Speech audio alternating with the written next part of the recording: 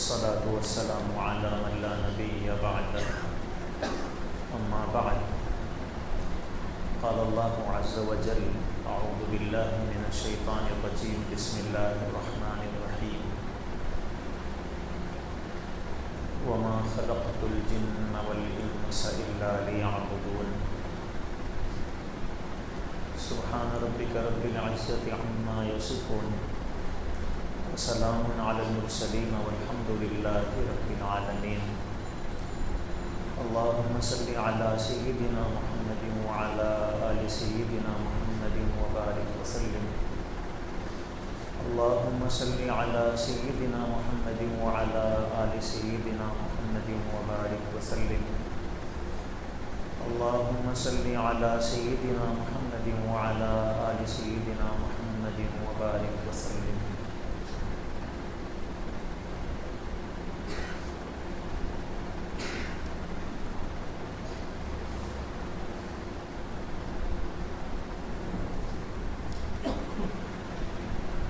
قرآن کریم میں اللہ رب العزت فرماتے ہیں کہ میں نے انسانوں کو اور جنات کو صرف اپنی عبادت کے لیے پیدا کیا۔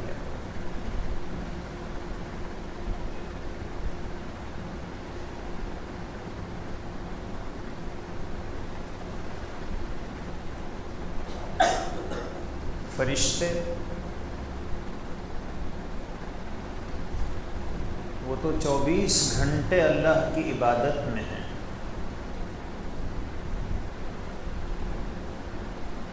اللہ کے نبی صلی اللہ علیہ وسلم فرماتے ہیں کہ آسمان میں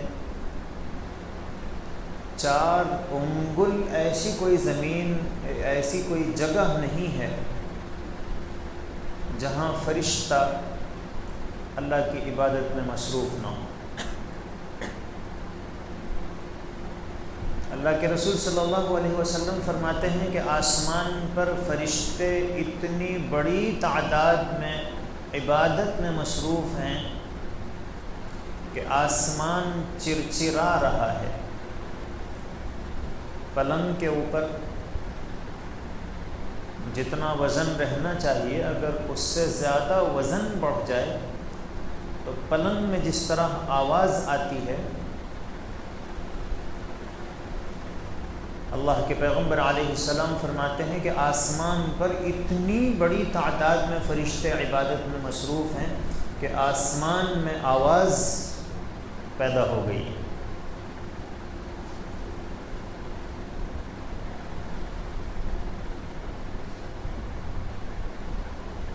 تو فرشتے اتنی عبادت کر رہے ہیں، لیکن اللہ تعالیٰ نے یہ فرمایا کہ میں نے تو انسانوں کو اور جنات کو اپنی عبادت کے لیے پیدا کیا ہے۔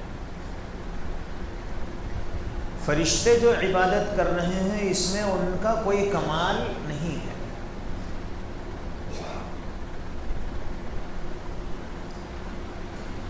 ہاں انسان عبادت کرے تو پھر یہ اس کا کمال ہے۔ فرشتوں کو نہ بھوک لگتی ہے، نہ پیاس محسوس ہوتی ہے، نہ نیند آتی ہے، نہ اونگ آتی ہے۔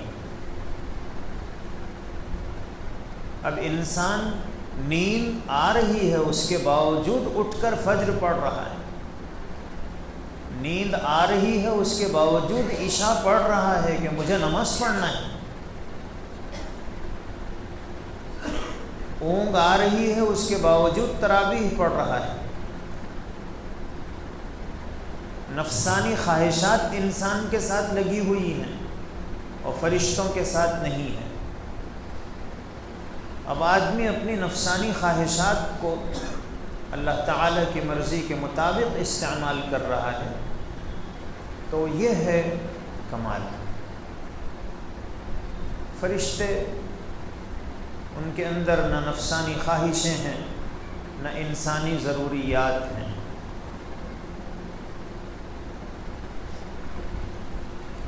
اللہ تعالی نے اپنے نیک بندوں کی صفات بیان کرتے ہوئے فرمایا تتجافى جنوبهم عن المضاجع يدعون ربهم خوفا وطمعا،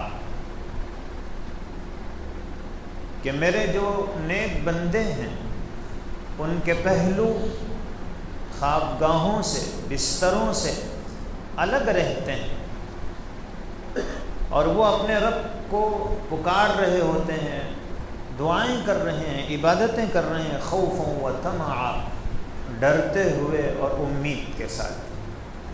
ڈرتے بھی ہیں کہ پتہ نہیں کیا ہوگا، آخرت میں کیا ہوگا، قبر میں کیا ہوگا، یہ اعمال قبول ہوں گے یا نہیں ہوں گے، ڈرتے بھی ہیں، اور امید بھی ہوتی ہے کہ اللہ ضرور رحم فرمائیں گے۔ اللہ فرماتے ہیں کانوا قلیلا من اللیل ما یہجعون، کہ میرے جو بندے ہیں وہ رات کے حصے میں کم ہی سوتے ہیں،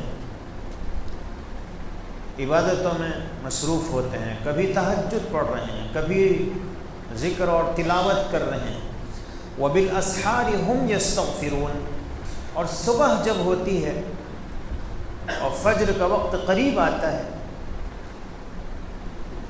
تو اب بجائے اپنی عبادت پر، اپنے تہجد پر ناز کرنے کے استغفار کرتے ہیں، اللہ قبول فرما لیجئے، کوتاہیوں کو معاف فرما دیجئے۔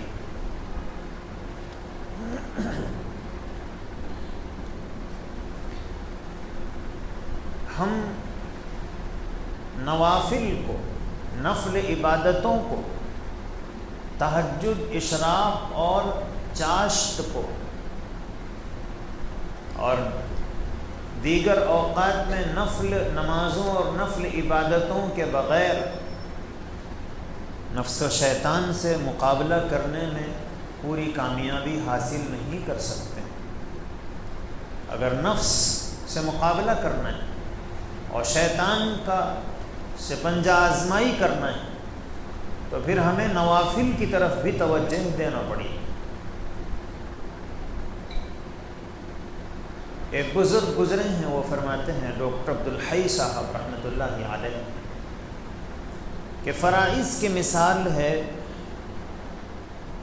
کہ آپ اللہ تعالیٰ کی عظمت کا حق ادا کر رہے ہیں، ڈیوٹی ہے جو آپ انجام دے رہے ہیں۔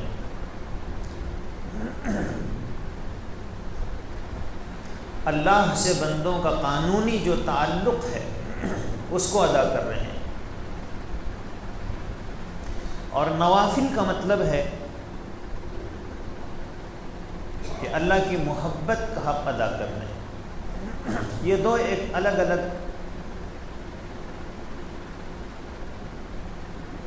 الفاظ ہیں، اس کو سمجھنا، اس کو ایک مثال سے آسانی سے سمجھا جا سکتا ہے۔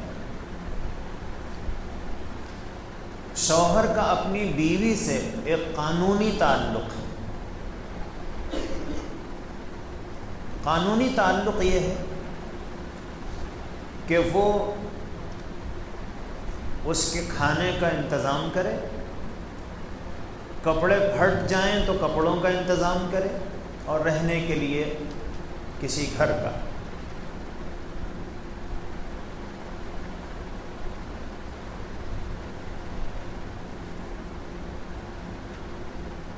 بیوی کی خواہش ہے کہ آج فلاں میٹھا کھائیں گے، وہ بولے کیا شوہر کی ذمہ داریوں میں یہ ہے کہ بیوی کو قلاقند کھلائے؟ ہے کسی حدیث میں، کسی آیت میں ہے؟ کھانے کا انتظام کرنا ہے وہ تو میں کر رہا ہوں۔ بیوی کہے کہ عید آ رہی ہے، کپڑے خریدیں گے، بولے کون سی حدیث میں ہے کہ عید کے وقت نئے کپڑے بیوی کو خرید کر دینا چاہیے؟ ہٹ جائیں تو کپڑوں کا انتظام کرنا میری ذمہ داری ہے۔ یہ ہے قانونی تعلق۔ اور ایک ہے محبت کا تعلق۔ کہ محبت کا جو تعلق ہے تو اس میں آدمی کھانے کا بھی انتظام کر رہا ہے، اور بیوی کے بولنے سے پہلے خود ہی میٹھے کا بھی انتظام کر رہا ہے، کہ بازار سے جاتے جاتے میٹھا خرید کر لے جا رہا ہے کہ بہت دن ہو گئے میٹھا گھر کے لوگوں کو کھلائے ہوئے۔ کسی شہر میں گیا اور دیکھا کہ وہاں اچھی دکان ہے، تو اس نے اپنی بیوی کے لیے 2-4 نئے جوڑے خریدے۔ یہ قانونی تعلق نہیں، یہ محبت کا تعلق ہے۔ تو کچھ ایسے ہی بندے کا اللہ سے ایک قانونی تعلق ہے، اور وہ یہ ہے کہ دن میں 5 مرتبہ نماز پڑھنا فرض ہے، رمضان میں 1 مہینے کے روزے رکھنا فرض ہے، سال میں 1 مرتبہ زکوٰۃ دینا فرض ہے، اور اللہ نے استطاعت دی ہو تو زندگی میں 1 مرتبہ حج کرنا ہے۔ یہ ہے بندے کا اللہ سے قانونی تعلق۔ اور ایک ہے اللہ سے محبت والا تعلق، کہ ایک فرض حج ادا کر چکا ہے لیکن پھر نفل حج کے لیے جا رہا ہے۔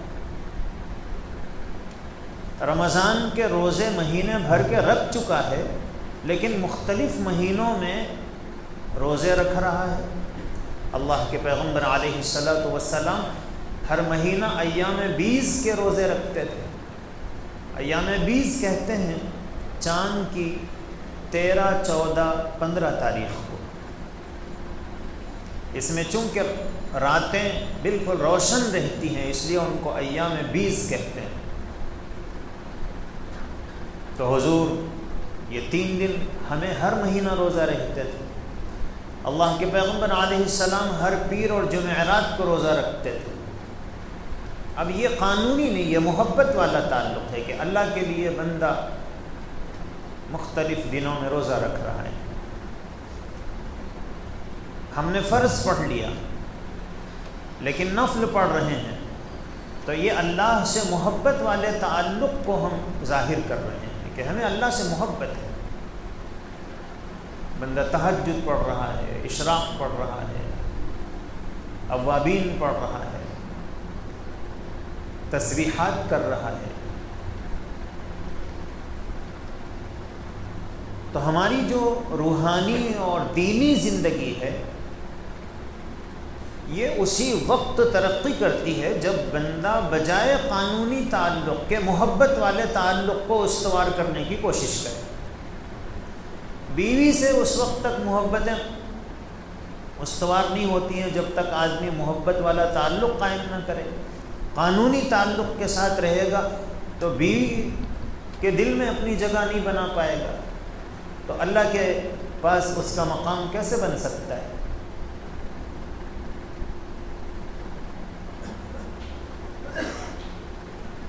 حدیث قدسی میں ہے،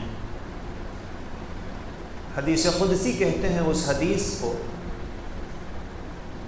جس میں اللہ کے نبی صلی اللہ علیہ وسلم نے کوئی بات اللہ کے حوالے سے کہی ہو، اللہ کا حوالہ دے کر کہی ہو کہ اللہ یہ فرماتے ہیں، اور قرآن کریم میں نہیں ہے، وہ اللہ نے اپنے نبی کو الگ سے بتایا۔ تو ایسی حدیث جس میں حضور اکرم صلی اللہ علیہ وسلم اللہ کا نام لے کر بتا رہے ہیں کہ اللہ یہ فرماتے ہیں، تو ایسی حدیث کو حدیث قدسی کہتے ہیں۔ تو اللہ کے رسول صلی اللہ علیہ وسلم نے فرمایا کہ اللہ یہ کہتے ہیں کہ میرا بندہ نوافل کی جتنی کثرت کرتا جاتا ہے اتنا ہی میرے قریب ہوتا جاتا ہے، یہاں تک کہ ایک وقت آتا ہے کہ میں اس کی زبان بن جاتا ہوں جس سے وہ بولتا ہے، اور میں اس کے ہاتھ بن جاتا ہوں جس سے وہ پکڑتا ہے، اور میں اس کے پیر بن جاتا ہوں جس سے وہ چلتا ہے۔ کیا مطلب؟ اب اس کی زبان پر ایسے ہی کلمات جاری ہوتے ہیں جو اللہ پسند کرتے ہیں۔ نوافل کی کثرت نے اس کو شیطان کے شکنجے سے باہر نکال لیا، اللہ سے محبت والے تعلق نے اس کو نفس کی گرفت اس کو ڈھیلی کر دیا۔ اب وہ کام وہی کرتا ہے جو اللہ پسند کرتے ہیں، چلتا اسی طرف ہے جس کو اللہ چاہتے ہیں۔ تو یہ نوافل کی کثرت کا اثر ہوتا ہے۔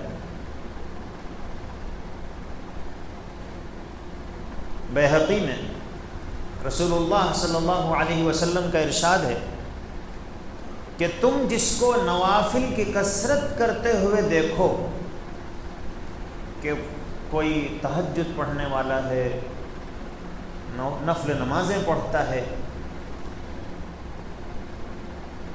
تو اللہ کے رسول صلی اللہ علیہ وسلم نے فرمایا ہے کہ اس کے قریب ہو جاؤ، یعنی اس کی صحبت اختیار کرو، اس کے ساتھ رہو، کیونکہ اس پر اللہ کی طرف سے حکمت کی باتیں القاء کی جاتی ہیں، اس کے دل میں اللہ تعالیٰ حکمت کی باتیں ڈالتے ہیں۔ حضرت حسن بصری رحمۃ اللہ علیہ فرماتے ہیں کہ رسول اللہ صلی اللہ علیہ وسلم نے فرمایا، رحم اللہ قوما، اللہ ان لوگوں پر اپنی رحمتیں نازل فرمائے، یحسبہم الناس مرضی، حضور فرماتے ہیں کہ لوگ ان کو بیمار سمجھتے ہیں، وما ہم بمرضی، اور وہ بیمار نہیں ہیں۔ قال الحسن، حضرت حسن بصری رحمۃ اللہ علیہ فرماتے ہیں کہ جہدتہم العبادہ، عبادتوں کی کثرت نے ان کو مشقتوں میں ڈال دیا۔ تہجد کی وجہ سے رات بھر سو نہیں سکے، اور دن میں مختلف کاموں اور عبادتوں کی وجہ سے انہیں آرام کا موقع نہیں ملا، تو چہرے سے یہ محسوس ہو رہا ہے کہ شاید طبیعت ٹھیک نہیں ہے، لیکن حقیقت یہ ہے کہ وہ بیمار نہیں ہیں، عبادت کی کثرت نے ان کی شکل اس طرح بنا دی۔ اللہ کے رسول صلی اللہ علیہ وسلم فرماتے ہیں، اعبدوا اللہ، اللہ کی اتنی عبادت کرو، حتی یقال انہ مجنون، یہاں تک کہ لوگ یہ کہیں کہ یہ پاگل ہے، کوئی کام دھندہ نہیں ہے، بس صبح اٹھے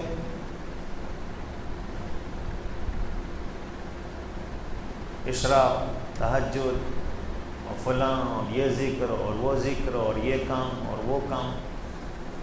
تو اللہ کے پیغمبر علیہ السلام فرماتے ہیں کہ اتنی عبادت کرو کہ لوگ تمہیں پاگل سمجھیں۔ حضرت کعب احبار ایک بڑے عالم گزرے ہیں، اور صحابہ کرام کے زمانے میں موجود تھے۔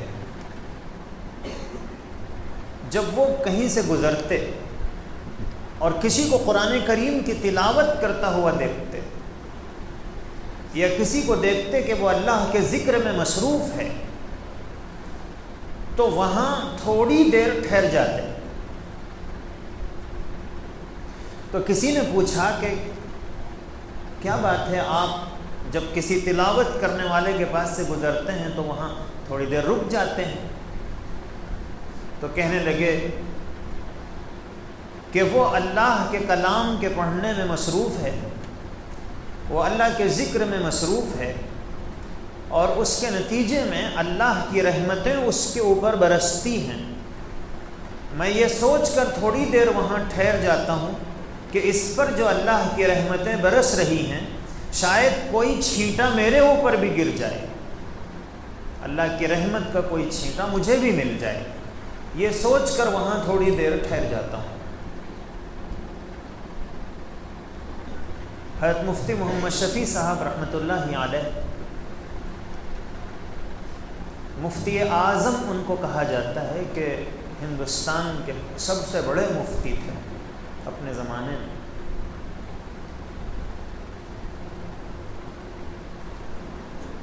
علم اور عمل کے پہاڑ،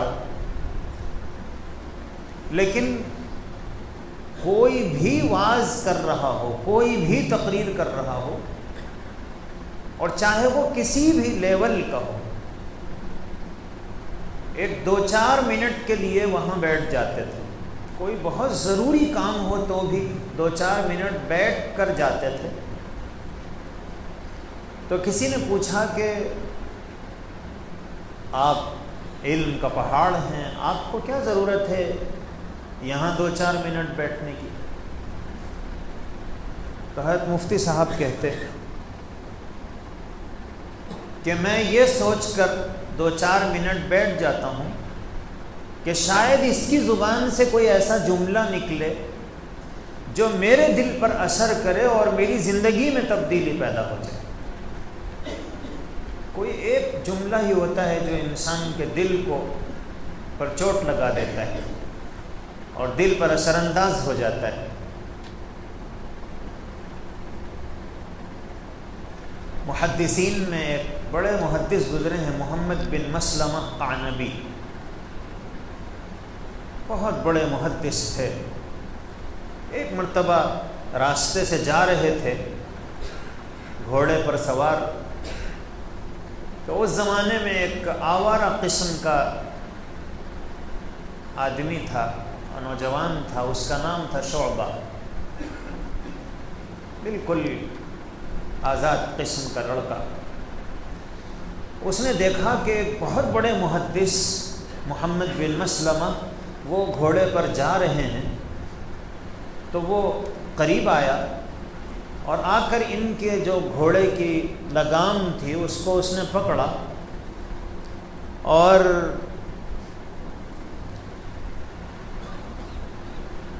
کہنے لگا کہ بڑی بدتمیزی سے اس نے کہا کہ شیخ آپ مجھے کوئی حدیث سنا دیجیے۔ یہ خیر القرون کے قریب کا زمانہ ہے، خیر القرون کا زمانہ ہے، حضور اکرم صلی اللہ علیہ وسلم کے زمانے سے قریب زمانہ ہے یہ۔ اس لیے اس زمانے کا آوارہ آدمی بھی ایک محدث گزر رہے ہیں تو ان سے یہ پوچھ رہا ہے کوئی حدیث سنا دیجیے۔ ظاہر ہے کہ ہمارے زمانے کا کوئی آوارہ آدمی یہ تھوڑی خواہش کرے گا مجھے کوئی حدیث سنا دیجیے، وہ تو کہے گا کوئی گانا سنا دیجیے۔ تو چونکہ اس زمانے میں جو آوارہ سمجھے جاتے تھے وہ بھی اتنے اچھے تھے کہ محدث گزر رہے ہیں تو ان کو بھلے بدتمیزی کے ساتھ کہہ رہا ہے لیکن خواہش یہی ظاہر کر رہا ہے کہ مجھے کوئی حدیث سنائیے۔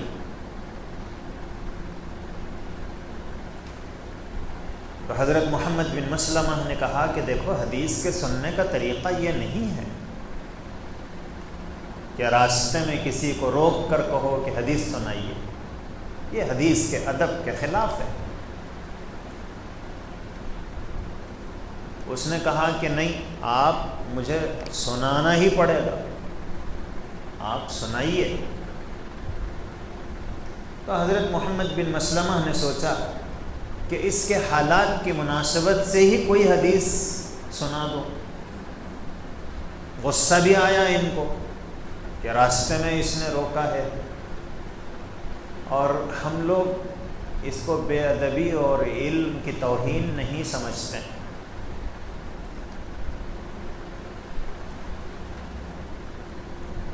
کہ راستے میں روکے ایک مسئلہ پوچھنا ہے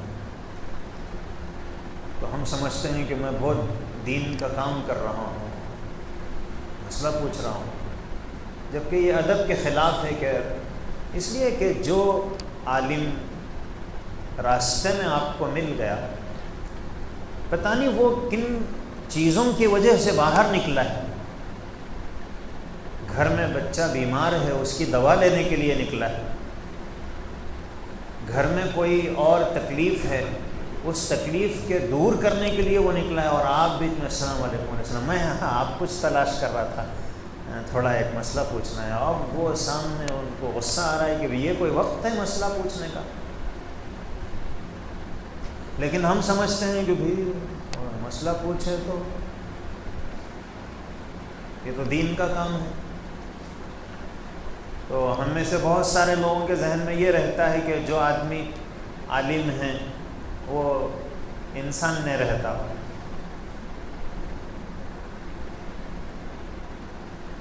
ہم لوگ پڑھتے تھے جس زمانے میں، تو ایک بڑے بزرگ تھے حضرت قاری صدیق صاحب گاندھی، تو ان سے ملنے کے لیے بہت سارے لوگ آتے تھے، تو ان کے ذہن میں یہ تھا کہ بہت بڑے بزرگ ہیں، بہت بڑے اللہ والے ہیں، وہ تھے بھی۔ تو وہ ملنے کے لیے آیا، اس کے بعد اس نے دیکھا کہ وہاں سے ایک نوجوان گزر رہا ہے، تو اس نے پوچھا یہ کون ہے؟ تو بچوں نے بتایا کہ یہ حضرت قاری صدیق صاحب کے فرزند ہیں۔ تو اس نے کہا ان کو بچے بھی ہیں؟ کیوں انسان نہیں ہے؟ تو ہم عام طور پر یہ سمجھتے ہیں کہ بھی جو آدمی کسی دین کی لائن میں لگا ہوا ہے تو پھر اس کے ساتھ انسانی ضرورتیں نہیں، یہ غلط تصور ہے۔ تو بہرحال حضرت محمد بن مسلمہ قانبی جو تھے، ان کو غصہ تو بہت آیا کہ راستے میں کھڑے ہو کر مجھے کوئی حدیث سنائیے، یہ کہنا یہ حدیث کے بھی ادب کے خلاف ہے، علم کے حاصل کرنے کے بھی ادب کے خلاف ہے۔ لیکن جب اس نے اصرار کیا تو سوچا کہ اس کے حالات کی مناسبت ہی سے کوئی حدیث سنا دیں، تو فرمایا کہ رسول اللہ صلی اللہ علیہ وسلم نے ارشاد فرمایا ہے اذا فاتک الحیاء فافعل ما شئت، کہ جب تمہاری حیا چلی جائے، شرم چلی جائے تو جو چاہے کرو۔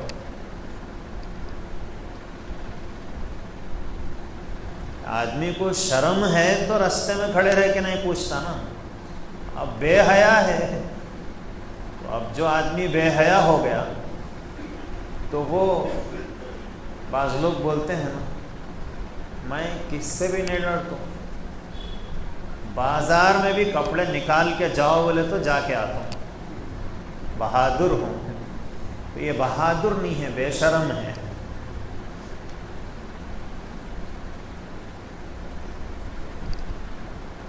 تو حضرت محمد بن مسلمہ نے وہ حدیث سنائی جو اس کے حالات کے مناسب تھی کہ یہ شرم و حیا کے خلاف ہے کہ آدمی اس طرح راستے میں رکے اور پھر حدیث سننے کا مطالبہ کرے۔ لیکن وہ جو نوجوان تھا اس کے دل، جیسے ہی اس نے یہ حدیث سنی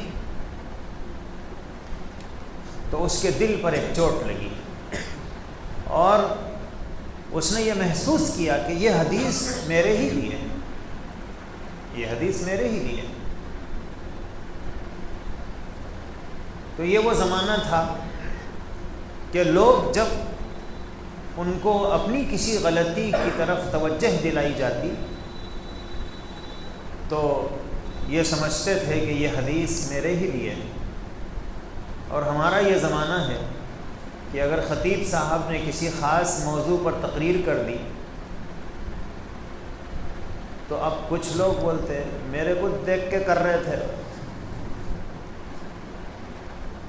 پورا ٹارگیٹ میچ تھا، یعنی بجائے خوش ہونے کے ناراض ہوتے ہیں۔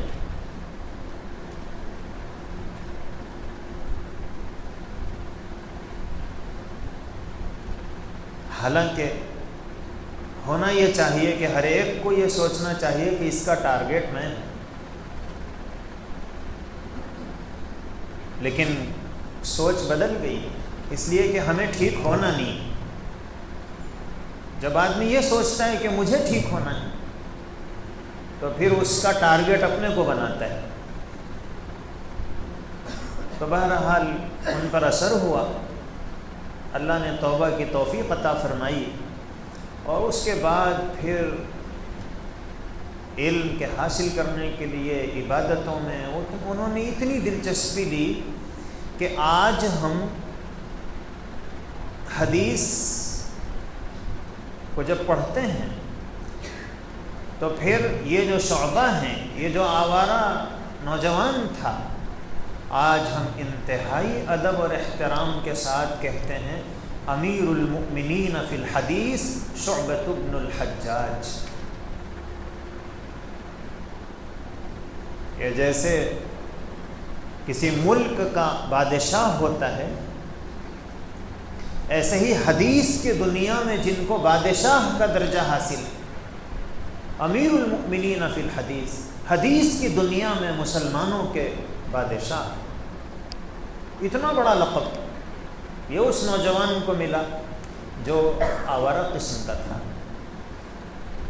تو کئی مرتبہ ایسا ہوتا ہے کہ کوئی ایک بات آدمی کے اوپر اثر کر جاتی ہے اور اس کی زندگی میں تبدیلی پیدا ہو جاتی ہے۔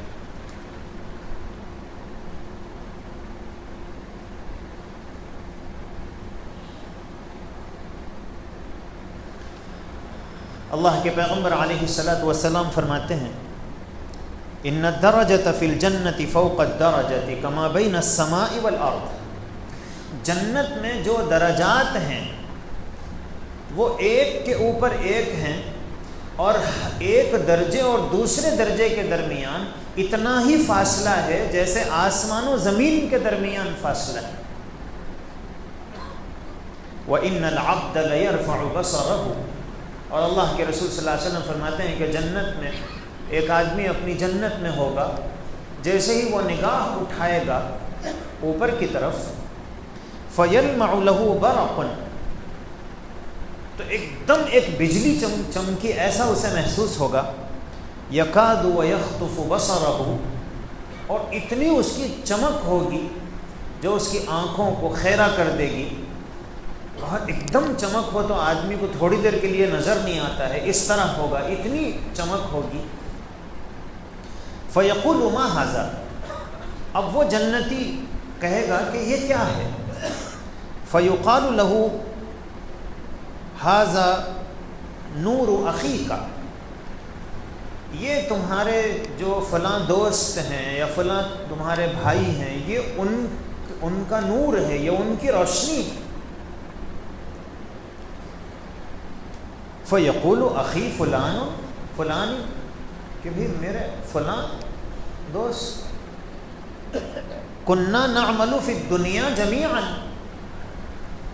دنیا میں تو ہم لوگ ایک ساتھ عمل کرتے تھے، میں جو کرتا تھا وہ بھی اتنا ہی کرتے تھے، اور وہ جو کرتے تھے وہ میں بھی کرتا تھا، پھر ان کو یہ اونچا مرتبہ کیسے مل گیا؟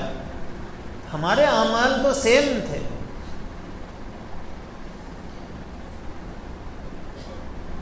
تو اسے کہا جاتا ہے انہ کان افضل عملا،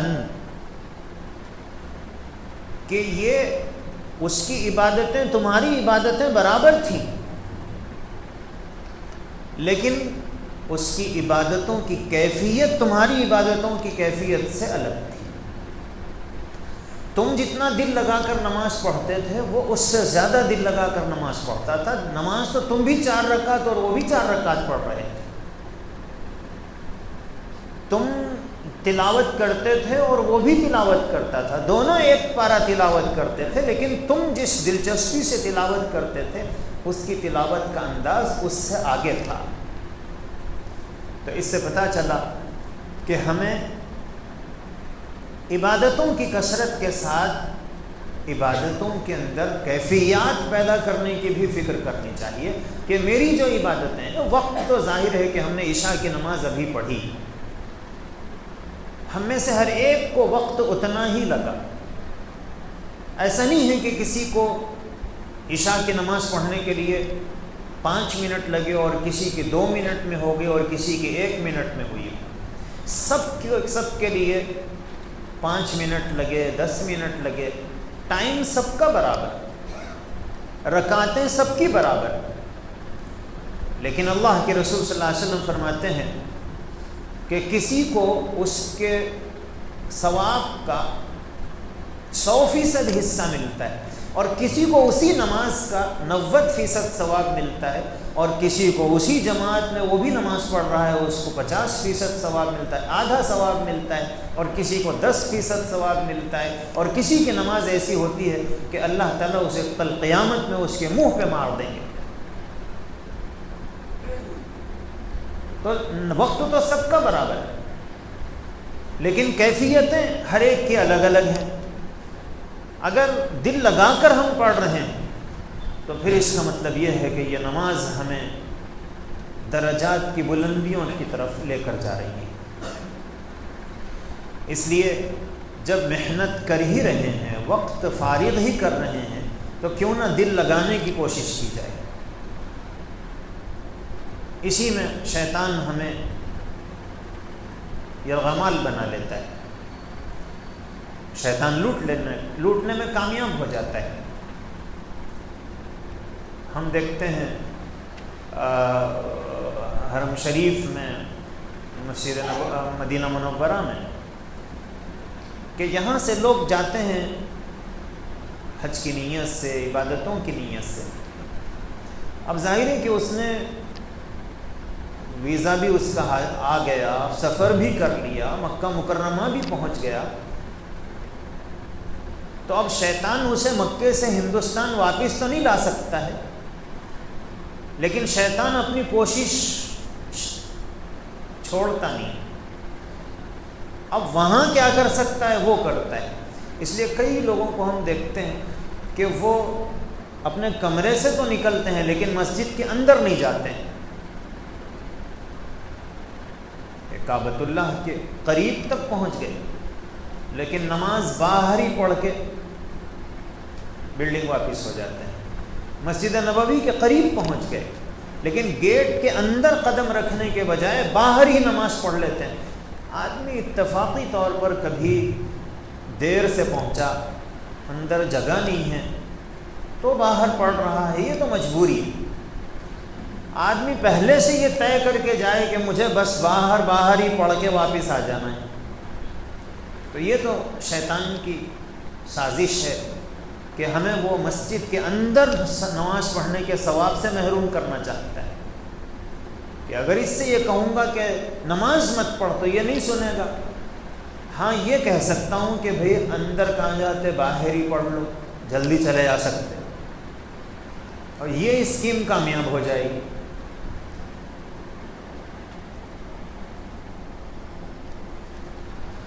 اللہ کے پیغمبر علیہ الصلاۃ والسلام فرماتے ہیں کہ اب جیسے ہی اس نے دیکھا کہ میرے ساتھ جو رہتے تھے ان کی نیکیاں اتنی زیادہ تھیں اور ان کی نیکیوں کا درجہ اتنا بلند تھا کہ وہ مجھ سے بڑی جنت میں ہیں اور مجھ سے اونچی جنت میں ہیں، تو اب جنتی کو غم ہوگا نہیں ہوگا؟ غم تو ہوگا۔ اور اللہ تعالیٰ فرماتے ہیں کہ لا خوف علیہم ولا هم یحزنون، کہ جنت میں جو لوگ جائیں گے نہ انہیں کوئی غم ہوگا نہ کوئی ڈر ہوگا۔ تو اب اس کو تو غم ہو رہا ہے، اور جنت میں اگر غم ہو تو پھر اسے جنت کیسے کہتے ہیں؟ تو پھر اللہ تعالیٰ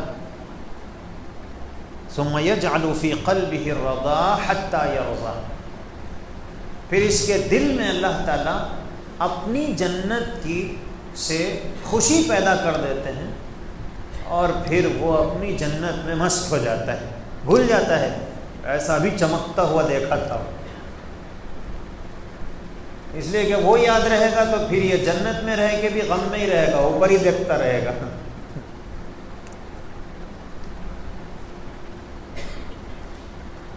تو اس کے غم کو تو مٹا دیا جائے گا لیکن اس سے وہ اعلیٰ درجے کی جنت تو نہیں ملے گی، اور یہ ملتی ہے اسی دنیا میں عبادتوں میں اپنی کیفیات کو مضبوط بنانے سے۔ عن امرأۃ مسروق، ایک تابعی ہیں اور بڑے فقیہ، محدث اور بڑے نیک انسان، ان کا اصل نام کیا ہے دنیا نہیں جانتی ہے، اصل نام کیا تھا یقین کے ساتھ لوگ نہیں جانتے ہیں، ہاں مشہور ہیں وہ مسروق کے نام سے، اور مسروق کہتے ہیں جس کی چوری کی گئی ہو۔ چوری شدہ. ہوا یہ تھا کہ بچپن میں ان کو اٹھا کے لے کے چلے گئے تھے، کوئی اغوا کر لیا تھا. بعد میں وہ مل بھی گئے، لیکن چونکہ ان کی چوری کر لی تھی لوگوں نے تو اس وقت سے ان کا نام پڑ گیا مسروق، اور اصل نام کیا تھا لوگ بھول گئے. تو ان کی جو اہلیہ تھی وہ کہتی ہیں ما کان مسروق یوجد الا وساقاہ قد انتفختا من طول الصلاۃ، کہ میں نے ہمیشہ دیکھا کہ مسروق کی جو پنڈلیاں ہیں ان کے اوپر ہمیشہ وہ سوجی ہوئی ہوتی تھی. نماز میں لمبے لمبے قیام کی وجہ سے، بہت لمبی نمازیں پڑھتے، اس کی وجہ سے ان کے پیروں پر ورم رہتا تھا. کہتی ہیں قالت واللہ ان کنت لا اجلس خلفہ فابکی رحمتا لہ، کہ میں کئی مرتبہ ان کے پیچھے بیٹھ کر روتی تھی کہ اللہ ان کے اوپر رحم فرمائیں، کتنی مشقتیں اور کتنی محنتیں برداشت کر رہے ہیں.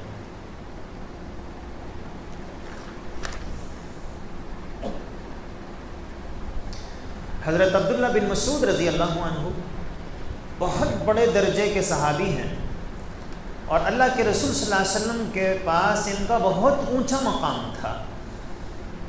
حضور کے گھر میں اتنی کثرت سے یہ آتے جاتے تھے کہ نیا آدمی دیکھتا تو سمجھتا کہ یہ شاید حضور کے ہی گھر کے کوئی فرد ہے. اتنا حضور سے ان کا خاص تعلق تھا. افقہ الصحابہ سے کہے جاتے ہیں کہ صحابہ میں بہت بڑے فقیہ، صحابہ ان سے مسائل پوچھتے اور فتویٰ پوچھتے، صحابہ میں مفتی تھے. لیکن عبادتوں کا حال یہ تھا، ان کے بیٹے کہتے ہیں کہ رات میں جب سب لوگ سو جاتے تو میں ان کے عبادت کی وجہ سے اور نماز میں، تلاوت میں، دعاؤں میں رونے کی آواز کو ایسا سنتا تھا جیسے شہد کی مکھیوں کی بھن بھناہٹ ہوتی ہے، حتیٰ یصبح، یہاں تک کہ صبح ہو جاتی. رات رات بھر عبادتوں میں لگے رہتے.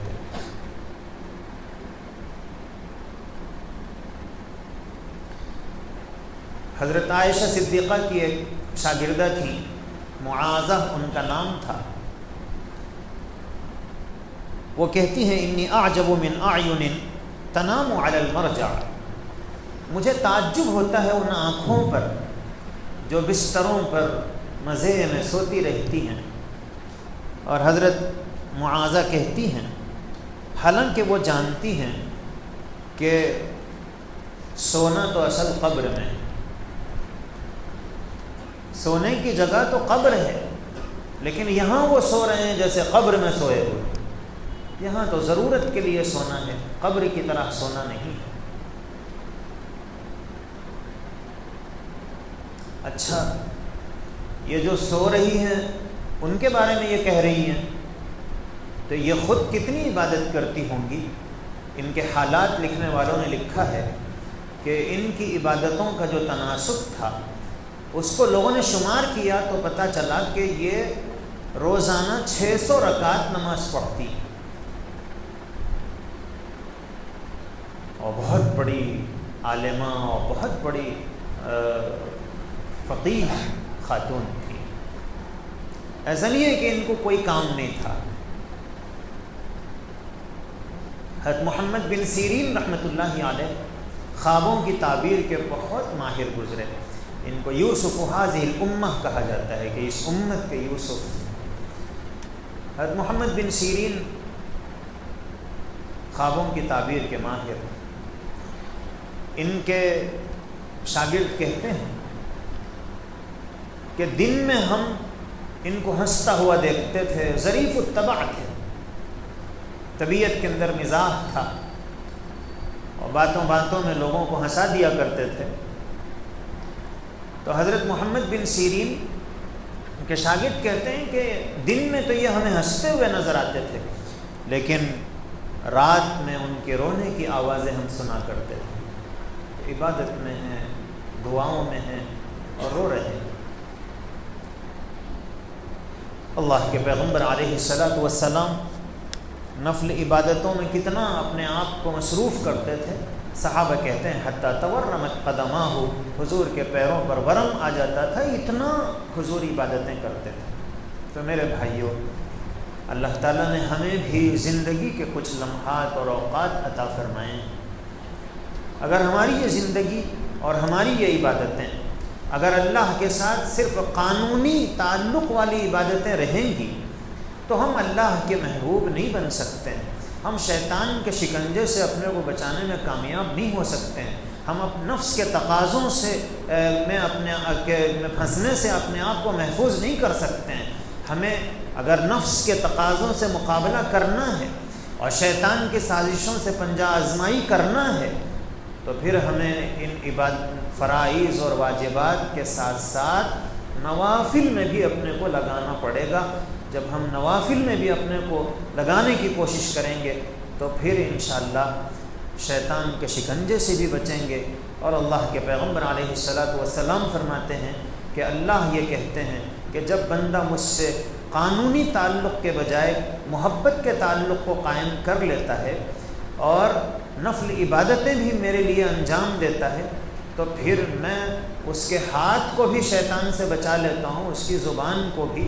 اسی کو تعبیر کیا اللہ نے کہ میں اس کی زبان بن جاتا ہوں جس سے وہ بولتا ہے، اور میں اس کا ہاتھ بن جاتا ہوں جس سے وہ پکڑتا ہے، اور میں اس کا پیر بن جاتا ہوں جس سے وہ چلتا ہے۔